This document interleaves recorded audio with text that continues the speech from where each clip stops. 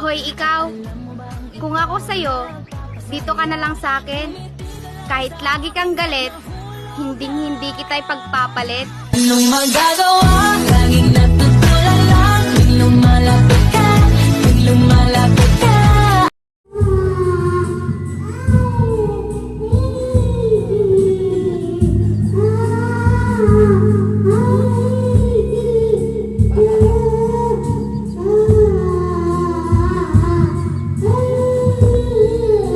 Yan, bebe, pag marunong ka na salita, bakit tayo ka?